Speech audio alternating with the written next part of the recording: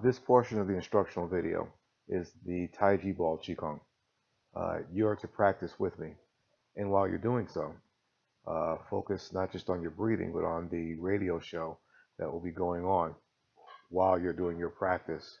It's a very important show. It puts out a lot of information, and it will put you in the zone with regard to what you're doing.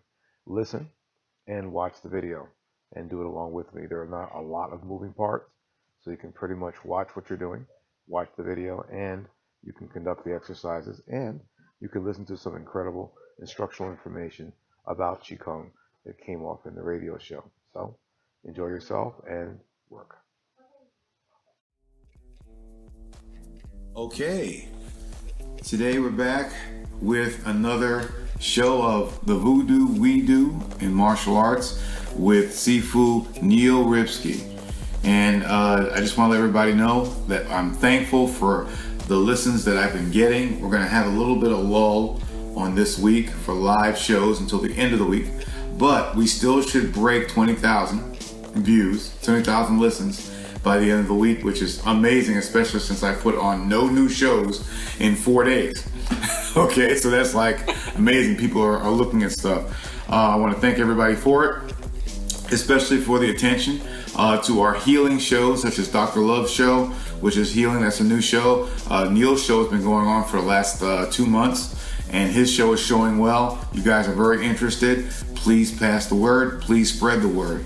Okay, we have a really nice balance of stuff going on. Plus, we're branching into politics and music. Free thinking. That's right. Okay, because what's martial arts without the civil component?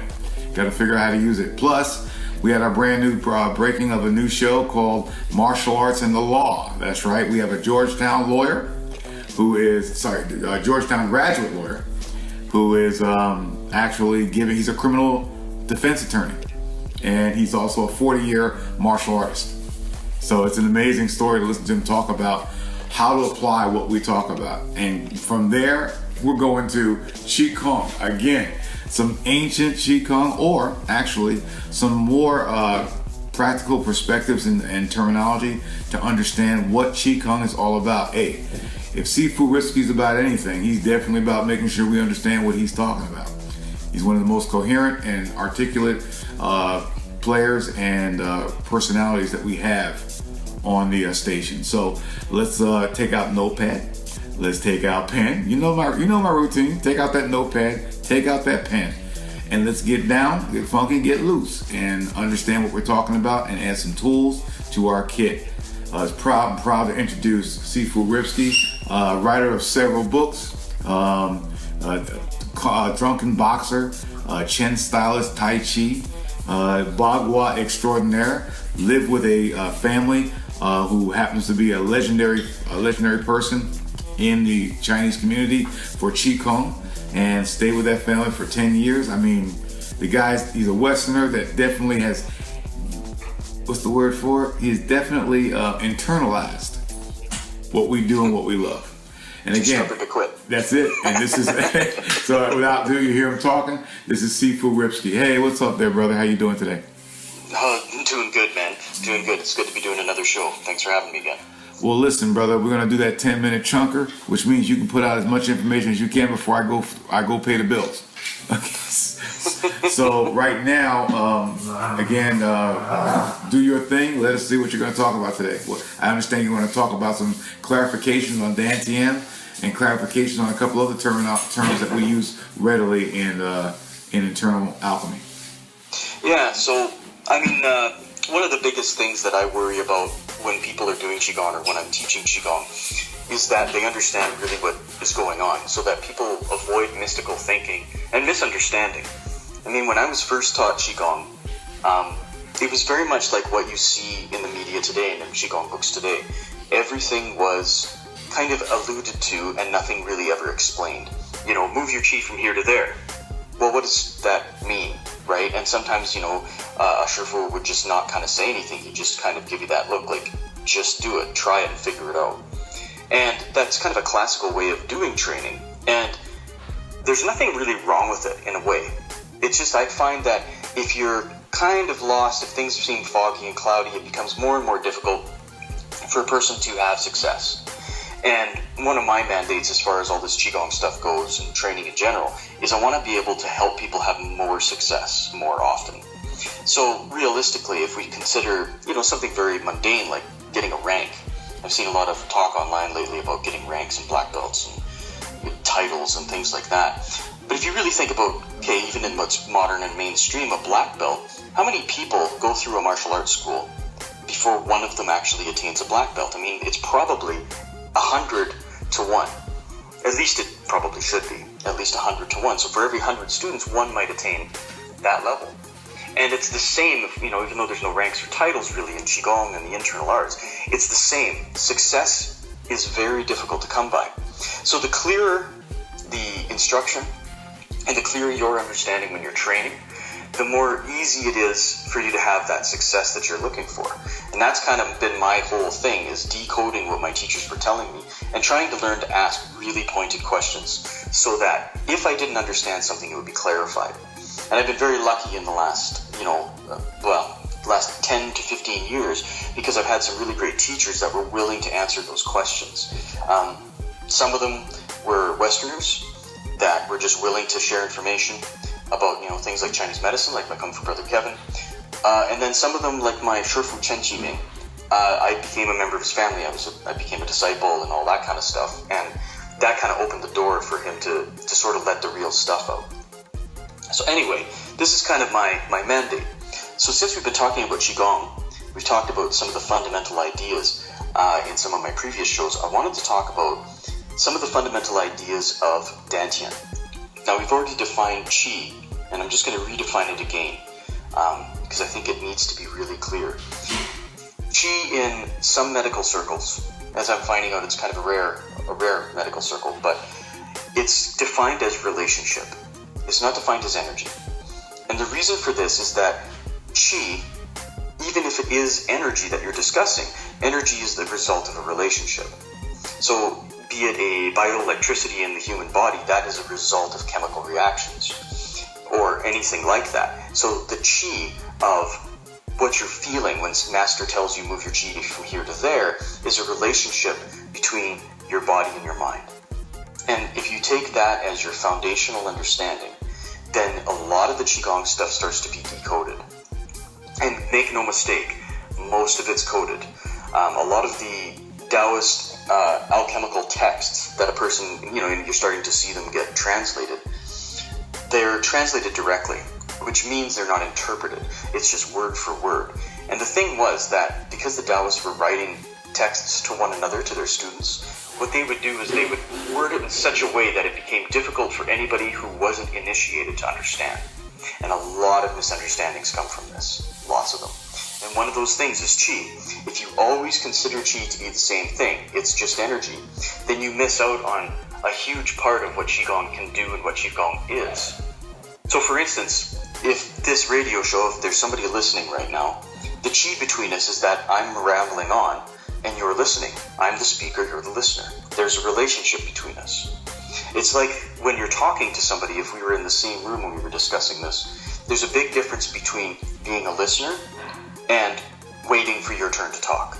Those are two very different relationships. And if you've been in a conversation with somebody like that, you can actually feel it from them, and you know that. You know what it's like to see somebody as you're talking, just waiting to interject, as opposed to somebody when you're talking, listening to you and trying to get a real understanding of what's going on. So Qigong is the study of relationships, right? Because Gong is the work, the skilled labor. So the study of relationships is what Qigong is. So where do we go from there? Every type of Qigong has a different style of studying relationships, what relationships you're working on, and these kinds of things. Now, to move on into the ideas of things like Dantian. Dantian, everybody refers to it, and everybody refers to the same place, usually, at least in Qigong world. The first time you hear Dantian, somebody generally tells you it's below your navel and inside your body. Now, there's actually an acupuncture point there that some people touch, and they say, well, this is where your Dantian is, okay? But that acupuncture point is not actually Dantian. It's generally Qi Hai that they touch, the sea of Qi, okay? But Dantian, as far as being a place, is inside the body, and it's generally thought of as a sphere, okay, which would be in your lower intestines. Now, once again, how did this come about? This is what I want to talk about. Okay, we all know that if somebody dissects you and cuts you open, they're not going to find a glowing ball of energy inside you. Otherwise, this would have been documented in medical journals everywhere, because it would be crazy. So, what is it? What are people referring to? Well, let's go backwards and look at how Dantian became a concept. So, we're going to think about the fact that Chinese history, all the way back to tribal times, okay, their modality and their culture was to worship their ancestors. So they believed that the ancestors, after they passed on, would hang around. And this is why you see ancestral altars in martial arts schools and in people's homes. Sometimes you see them in restaurants and things like that. And the ancestral altar is an offering to the people that have passed on. So people that are really famous become what some people refer to in English as gods or saints, okay? Really what they are is important ancestors. So for instance, in a martial arts school, you're going to generally see a small altar and General Guan's going to be on it. And he's kind of considered in English to be the patron saint of martial arts. Well, he was a real guy. And because he's so famous and he's renowned for his loyalty and courage, his name has never been forgotten. Now, in your own ancestral altar, it would be your ancestors directly that people remember. Now, what is this all about? Why am I talking about this? If your grandmother passes on, you believe she hangs around. You want your grandmother to be happy in the afterlife so that she can influence your life in the present. So this is why you do things like burn incense, offer tea, offer fruit, because even though the dead cannot eat or drink, they can still smell. And they can still, enjoy those flavors that they can smell, right? So it attracts them and it makes them happy because they're not forgotten. This goes on and on. We're not going to get into the animistic side of it. So the idea is, if you keep your ancestor happy, the ancestor will help you in your life. Now what this means is that the people that were creating Qigongs and creating Chinese medicine were not dissecting bodies. Because if you really want to tick off one of your ancestors who's hanging around, have them pass on and then see you cut them open, like you're going to be cursed, right? No one is going to want to hang around you or be any good to you after that. So people had to study the body while it was alive rather than dead. This is the huge original difference, fundamental difference between Western biomedical technology and Eastern medicine, right? The West studied dead bodies, the East studied living bodies. So now we're going to go way back in time again to get to Dantian. If you were a person living hundreds and hundreds, possibly thousands of years ago, and as you grow up, you start to have these questions, which we all did as young people. You know, why is the sky blue? Why do things fall to the ground if I drop them? All of these questions that humanity has wanted to answer. And those questions are really important, and they're a part of us learning about our reality.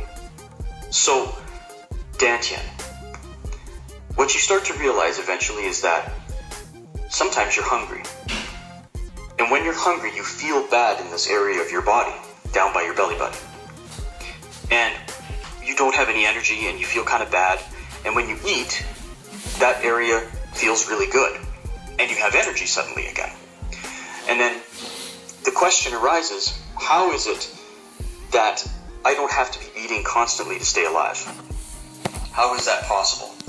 So you start to think, well, okay, if I eat this sandwich, it must go into this area by my belly button, and there must be some kind of energy in the sandwich which is stored there that I can use until I become hungry again. And this area ended up being known in Chinese as Dantian. That's why it's considered an energy center in all the Qigong practices nowadays. Whoa, man, how you fit all that information in that brain? That's all I want to know. That's just an amazing. I mean, some of this stuff I know when I say you have to internalize what you're talking about, I mean that. But the way you're delivering the information, and it's important information, something that it's not just an anecdote, it's something that you might want to know, because down the line it might be something important to the regimens that you practice. And so, and a matter of fact, I'm almost positive it is important, and you're probably going to make it extremely relevant after we do our commercial break, which pays the bills. So while we take that break, and hey guys, you know the deal, pen and pad, take a break, come back.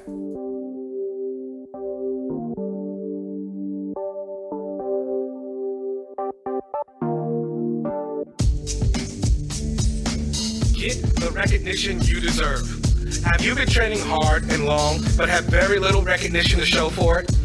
Trained in multiple locations only to be pushed back or frozen in achieving your goals? Look no further. The World Martial Arts College offers credit for all your efforts and experiences in martial arts.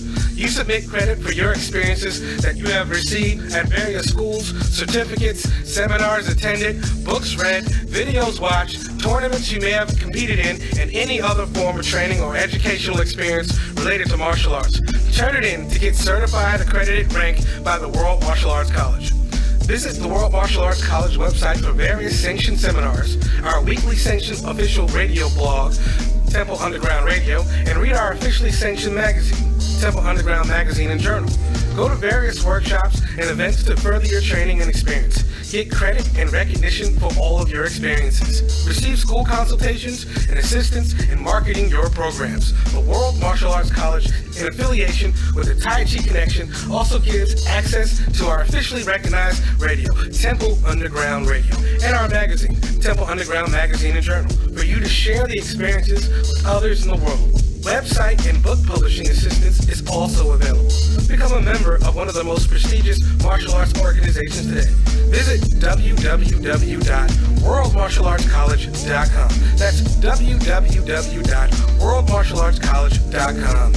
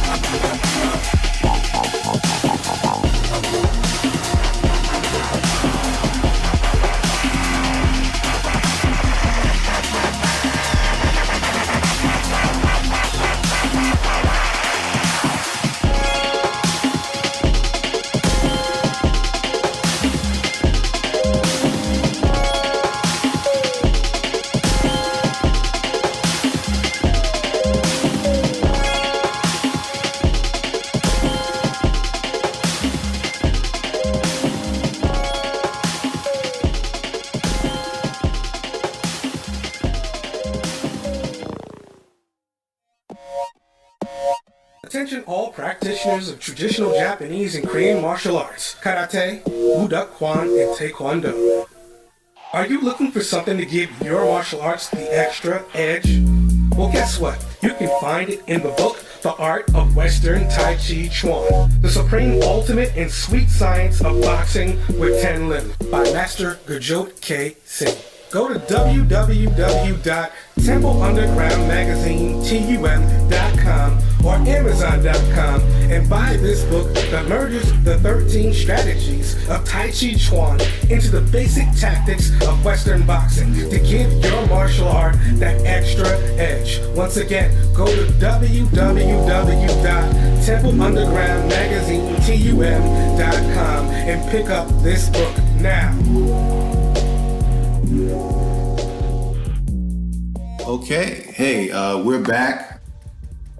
Neil and I have been talking a lot about a lot of things, mostly about being a host to so many different approaches to Kung Fu, internal Nigong and Qigong and Nidan, which is going to be discussed today, and even the idea behind the three areas of energy circulation and energy storage, which the Sifu is going to be talking about. I get to be around so many different cats that and because I'm an older guy, I'm not young, I'm not old, I'm an older guy, seasoned as you will. And because of that, the ability for me to do the right thing, the right way, at the appropriate time of day and the appropriate way is very important to me. I don't have much time, but the time I do have, it has to be just right. Okay, and for me, the triple burner, or sorry, excuse me, the dantian, the centers of energy, is very important, because at my age is when we make the determination as to whether or not I complete my cycle of DNA storage and my DNA map, or I cut it short by messing up and not doing what I'm supposed to be doing. And Dr. Love just got through, talking about the kidney extensively, about how important that is, and Taoist regimens, how important the kidney is, because when it goes, everything else goes, and the inner organs are the ones that you need. And besides the spiritual stuff of attention and traveling the universe, we got that. But just staying alive, okay? You got to keep that kidney going, and how it works and so forth. Well, anyway, my exercises have become very interesting in the morning. Okay, I used to do very long meditations. I don't have to do it anymore. I build up to them because I want to store. So besides doing the spring tonic, which of course my brother Neil is going to hook me up with, okay, and already brother Love is going to hook me up with some more too to sell to you guys. I get up in the morning and I do a quick yoga routine, which some people actually call, some people might even call it part of the yin yang jin, okay, because some of the exercise and movements are part of it, okay. But my particular one, besides standing, squatting, splitting, and inverting, okay, is holding. And once I do that, and the squatting for me is very important, I focus on my lower dantian for storage, but more importantly, I relax. I don't say I move anything. I just sit into a deep squat. In that deep squat and in the stand, in the cross-legged stand, I'm breathing in one nostril and out the other, constantly balancing. It's very important that I balance everything, because I'm so out of balance because of what I do. So I'm balancing everything with my breathing. I'm in these postures, and what I'm finding is that my stillness is in my breath. And my stillness is even deeper as I push that breath into my lower dantian. Okay, now once I'm able to do that, and I'm doing it, I have a beautiful light sweat going on. I'm not overly heated. I make sure I focus the energy going up the governor and down the conception and then back around. Okay, so I cool, I don't make sure I overheat.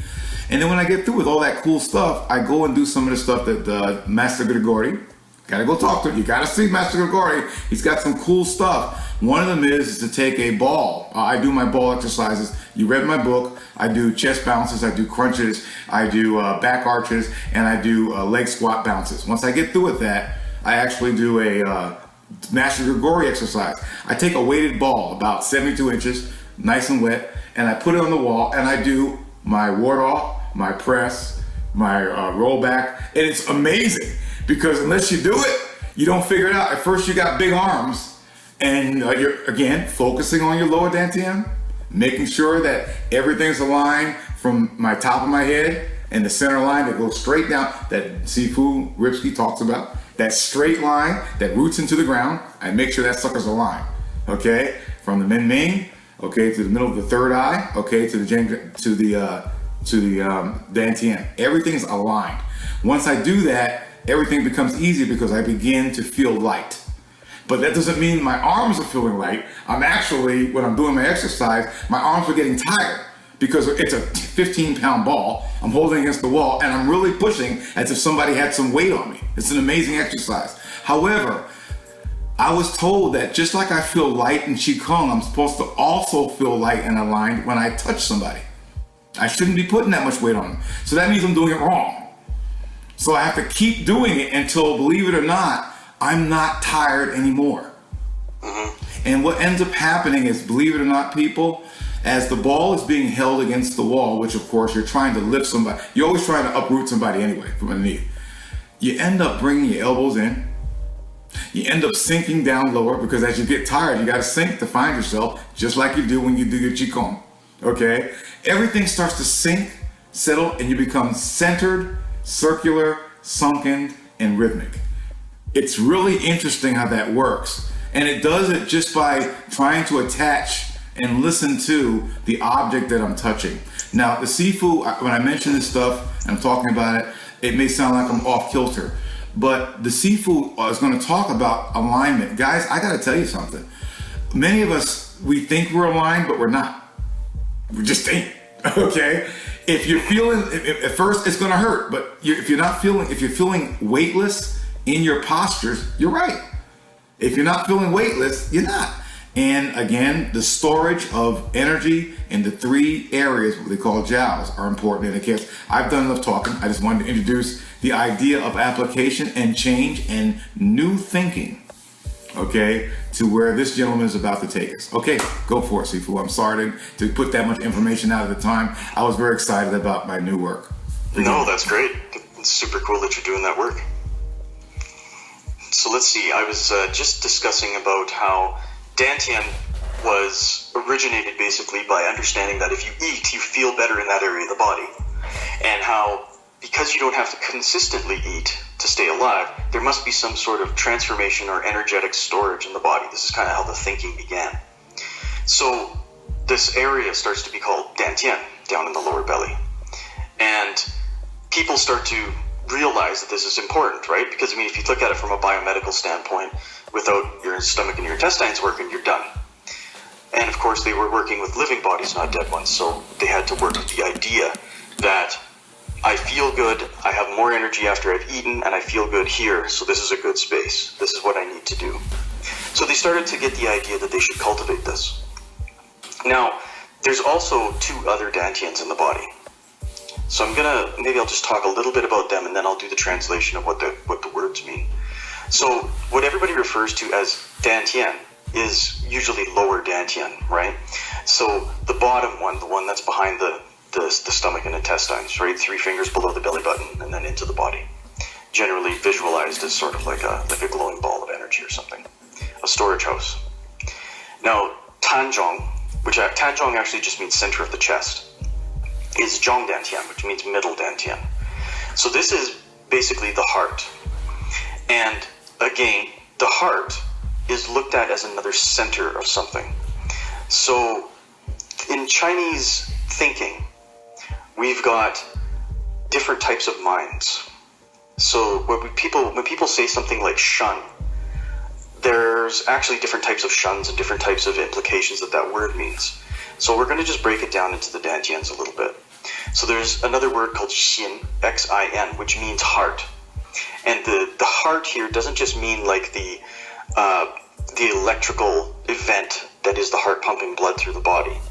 What it has to do with is actually the emotional mind in this framework. So the mind that controls the emotions. Because if you, again, think about a living person trying to figure out how their body works, you start to see and feel in your own self, where do you feel your emotions? When you feel grief, where do you put your hands? Right? What happens? Where's that tightness when somebody has passed away? Where is that joy when you're falling in love? It's in your heart, right? It's in the middle of your chest. So this becomes the emotional mind, the emotional center of our being. And actually, more recent biomedical studies have started to take a look, which is really cool if you want to look on the internet, at how the heart actually transmits information. There's a friend of mine, actually, whose wife is a nurse, and one of her most recent courses was actually how a mother's heart transmits information to a baby. So you can see like an energetic or bioelectrical exchange going on here. So there is a quote-unquote energy center happening in the chest, but it's related to the xin, okay? It's related to the emotional mind. Now, the third dantian, since we're going up the body, okay, is the one in the head. Now, this is considered the home of the I, the home of the intellect. And the home of the shun is also in there, which in this case I'm meaning the normal translation, which is spirit. So the head, how did they figure out this is some kind of energy center? Well, when you think quietly to yourself, where's that voice? Right? You hear it in your head. You hear that voice, that self-awareness inside your brain, inside your head. So there had to be something going on there. So that became another dantian. It became the place of intellect, the place of logic, and the place of philosophical understanding and thus spirituality, right? It became spirit, as shun is considered spirit. So now you've got these 3 dantians, okay? And the lower dantian is obviously about the body, right? I need to eat for that one to feel good. I need to exercise. I need to cultivate for this part of my flesh, my jing, to feel better, right? If I don't power the flesh, then nothing works. Tanzhong, the center of the chest, or the middle dantian, is the emotions. So I have to cultivate proper emotions, good emotions. Okay, so a quick reference for that would be something like trying to work yourself out of a depression when you're a teenager after your first girlfriend breaks your heart, right? You start to feel better as you start to heal. You have to have good, pure, strong emotions because it's a part of being human. Somebody who's emotionless, they don't have a very good life, right? They're not happy. Happiness and joy are a huge part of our lives. And then, of course, we have to have intellect. So this is that logical, intelligent, educated side of us. So between the three dantians, we've basically got the whole idea of being human. And that's why it's an idea to understand each one. Now, this is a Qigong show, so you look back and you start to go, well, what are these Qigongs for? Beginner Qigongs generally are just the Jing. They're just about the flesh. Am I in good structure? Do I have good posture? Is this joint balanced? Am I one-sided or not? Am I left or right-handed? Like all of these sorts of things, really looking and studying and understanding what the flesh is. And then things begin to change.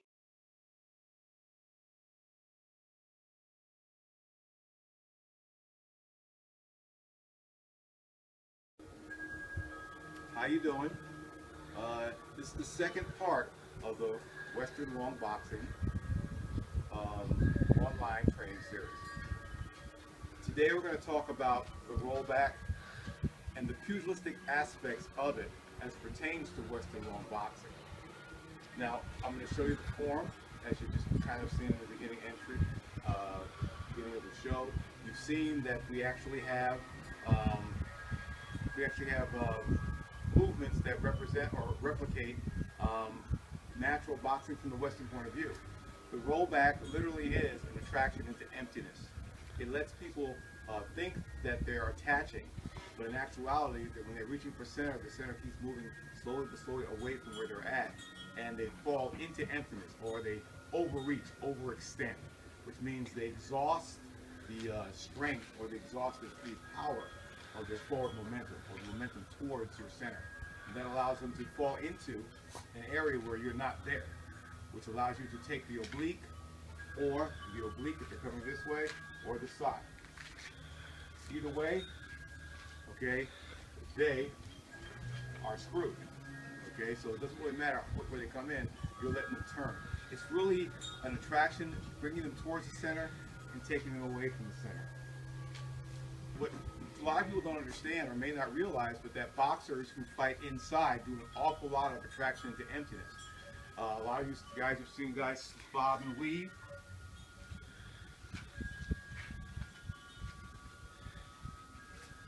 And the turning off center is the beginning of that. But when you're not bobbing and weaving, when you can't really do that as well as you need to, especially when you're doing Tai Chi, the only time that would happen is if someone's trying to go for the head in some way. They're going for the head, okay? Bobbing and weaving works very well as you lift the person off. Either way. However, here we're going to do what's called blocking and cross-blocking. Blocking and cross-blocking comes naturally off of the double arm ward-off. The double arm ward-off secures you against a really good push.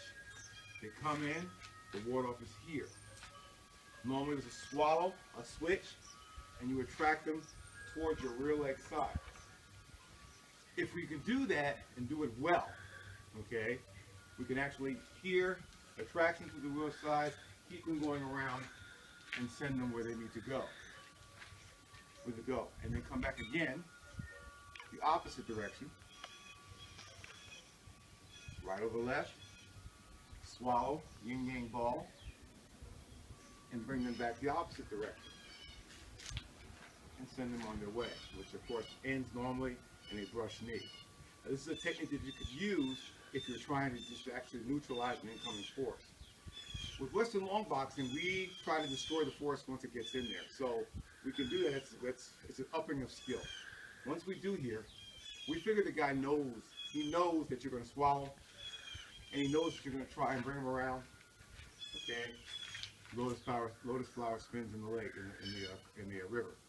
Okay, He knows you're going to do that. He knows you're going to come back around. If that doesn't work, swallow again when he comes in something force.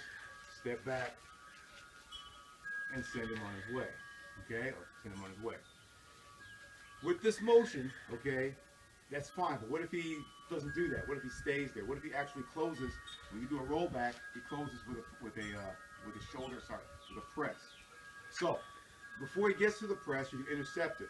As you're coming here, you can roll back here and block because you got it right against your side. Swallow a little bit, block again. Swallow a little bit, cross block. And when you cross block, come back to the outside and cross block again. And that would be this cross block here, okay, or this is called in Bagua, the golden snake entwines the vine. And you're protecting your kidney, protecting your midsection, protecting your side, and you're leaning away from him. Denying his center, allowing him to fly backwards. Normally from this position, you can actually roll back again. You'll come to the outside, called in Wing Chun Plan, it's called a tanda.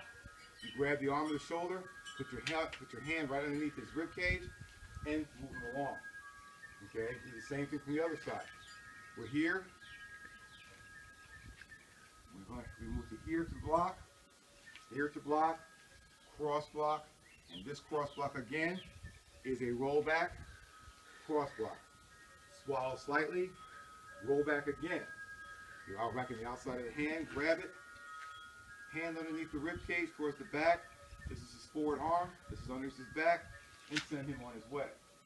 This is another way to do that technique against an adversary. You've seen me do this tons of times against adversaries in other videos. You've seen me do it with my son. You've seen my son do it to me. These are all nice ways of handling this guy. The not so nice way, and the way we practice on the ball and the wall. Okay, we're here, and once we come here, okay, we're going to step. So we step this way, and we step this way.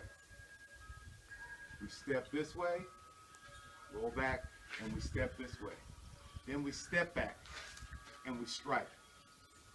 And we strike. And when we strike on these strikes like this, is just remember 1, 2, 3, 4, 5, 6.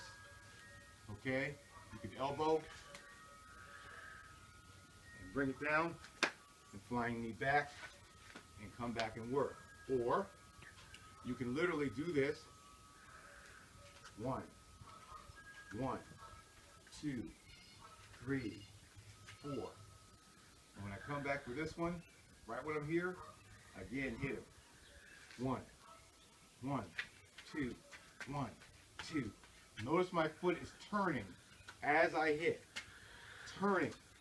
If the foot turns when you hit, if he decides to kick you, if he kicks this side, he's going to break his leg or hurt really bad. If he kicks that side, he's not going to get anything. Believe me, you've seen me in videos do this motion. Putting out cigarettes. And then hook him. Each punch becomes a front or a lead leg punch. Hook him, and then uppercut him.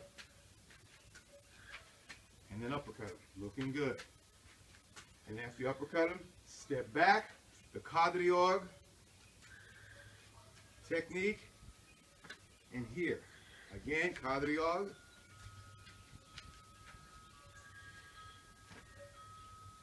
One striking here at the liver and spleen. It's the bottom one. And the other one striking at the nipples. And come back around again. And we're working. And step here. Step here. Step here. And step here. Here to him. And switch. Boom. Boom. Boom. Boom. Boom. Boom. Boom. Boom. And hook. Boom. Boom, boom, boom, boom, boom, boom, boom, and uppercut, boom, boom, boom, boom, just like this. And then quadriog, Tai Chi, motions here, here, nipple, here, here, liver and spleen.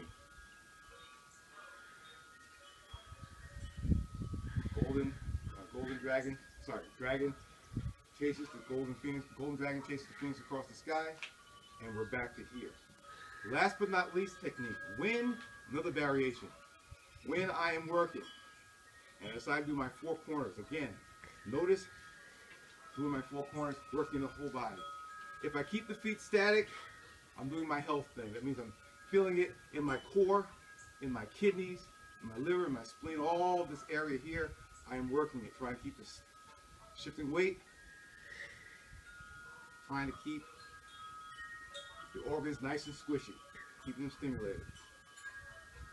And of course, when I move, then do the 6 harmonies. I'm going from hips and shoulders to elbows and knees to ankles. Block, block, block, block.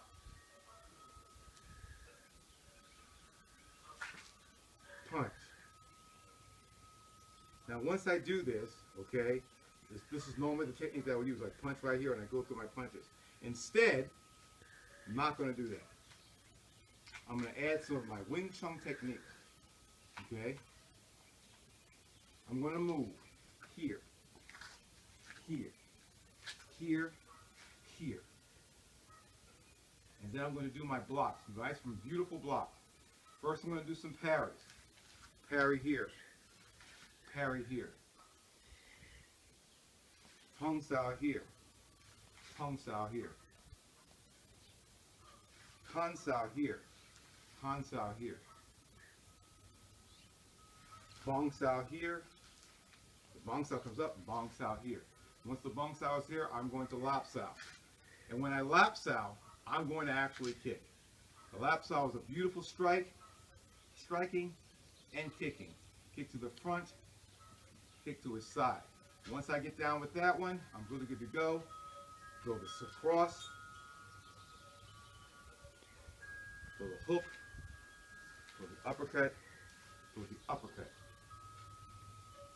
If he's that deadly, bob and weave, bob and weave, bob and weave, bob and weave forward, bob and weave forward, and bob and weave. Looking good. Once I get through with all that motion, come right back to the opposite side. Everything's working. I step. I step. I cross block back. I cross block back. I parry. I parry. I parry. I tanda. I tongue sao. I tongue sao or roll back. I con sao. I con sao. I bong sao and I bong sao. Lap sao. Straight up and striking. I go through the regular boxing sequence. Okay? And once I get the regular boxing sequence, I'm really good to go. I can always, again, follow up with a what? I can follow up with a step back, go out repulse monkey. I can elbow, and I can knee back in. All these are variations I can do. Or I can literally, after I get through with this last one, uppercut, I can start doing my double punches. Boom, boom, boom, boom, boom, and hook. Boom, boom, boom, boom, boom, uppercut. Boom, boom, boom, boom, and boom.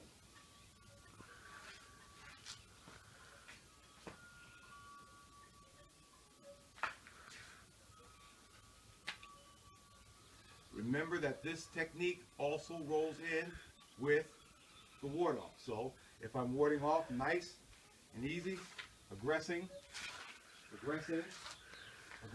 very nice, pushing, pushing, pushing, moving back into my motions here, feels good. I step, I step, I cross block, I parry,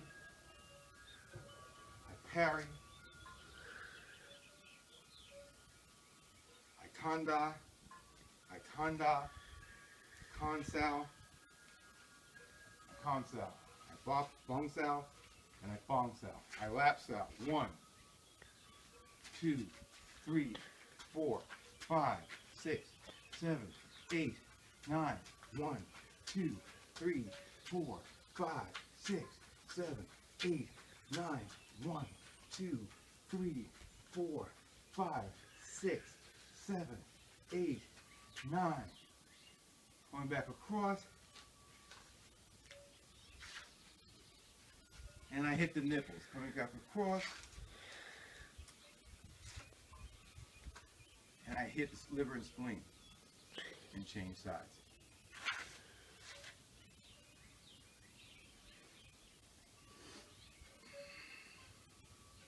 So let's go to the ball. How do we practice these exercises on the ball? We'll keep it simple for this one. Again, with the imagination, you can do a lot. First off, we began here.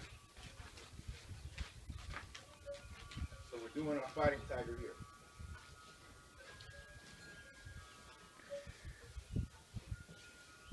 And we work our way back up. And of course, we're doing the ward off where we're supposed to, shifting weight. Making sure the harmonies are together. Switching sides to strike and parry. Just like before times. Okay, turn back around, same thing.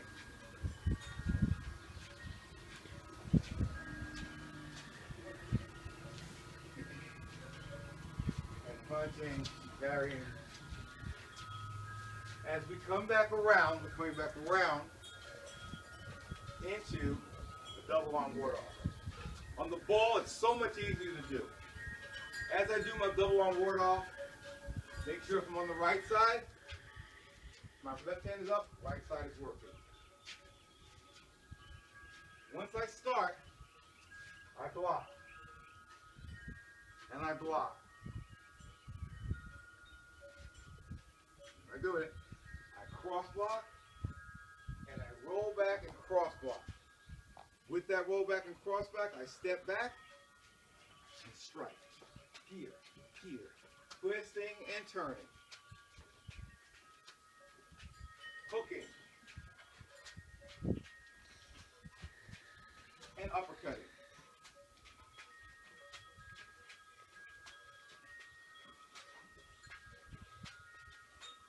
As I come here, once I stop, I go into my pushing mode. And I push. And strike at the nipple. Again here. And strike again at the liver and solar plexus. Okay, then I come back around. And I work the other side.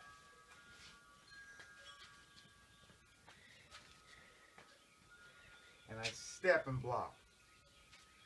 And I step and block. Using shoulder and everything. I'm right against this guy. This guy doesn't have any idea why his techniques are not working. I am leaning on him. Feeling everything I have. Rolling back. He moves again. I roll back. And catch him here. As I do that, I step back and punch him. Bam. And I twist and punch. He doesn't even know what's happening. And then I hook him. Then I uppercut him with lots of power. He doesn't even know where the power is coming from. But I'm so close, he can't make me hurt, but I'm making him hurt. Then I go into my rolling sequence. And I strike. And I do it again. And I strike. When I strike, use the energy that comes from it. Make sure that your elbows are locked down, your frame is good, your structure is good, and you fa chin properly. Fa chin properly, just like we do it with the hands open palm.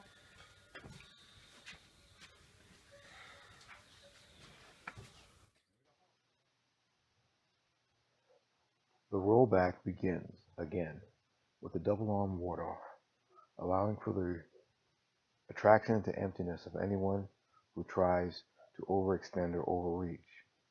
As you begin your motions, you ensure that you block on two sides and cross block on two sides until you feel the weight of your opponent resisting. Then you would go into an oblique or a lateral strike. Also remember that the foot and hand must move together. This is imperative. By doing this, one center is never where the person believes it to be. They have to feel for it, and in their feeling for it, they have to move with you. They will be attracted to emptiness, or their offense will be nullified. The striking aspects come off of the rolling back, which allows for an individual to block as they move into the person, further pressuring, further feeling and listening, and working on the natural instinct of emptying aside when feeling pressure and feeling the other side. Of course, once that's done, you can begin your striking. The striking can come from different directions and different angles, even with the knee or the elbow. Again, this type of movement also allows for an individual to move directly into a technique that allows them to roll back naturally, strike naturally, and continue to move into a motion that is a quadrille Tai Chi push, which is the confounding round in an impossible way of defense.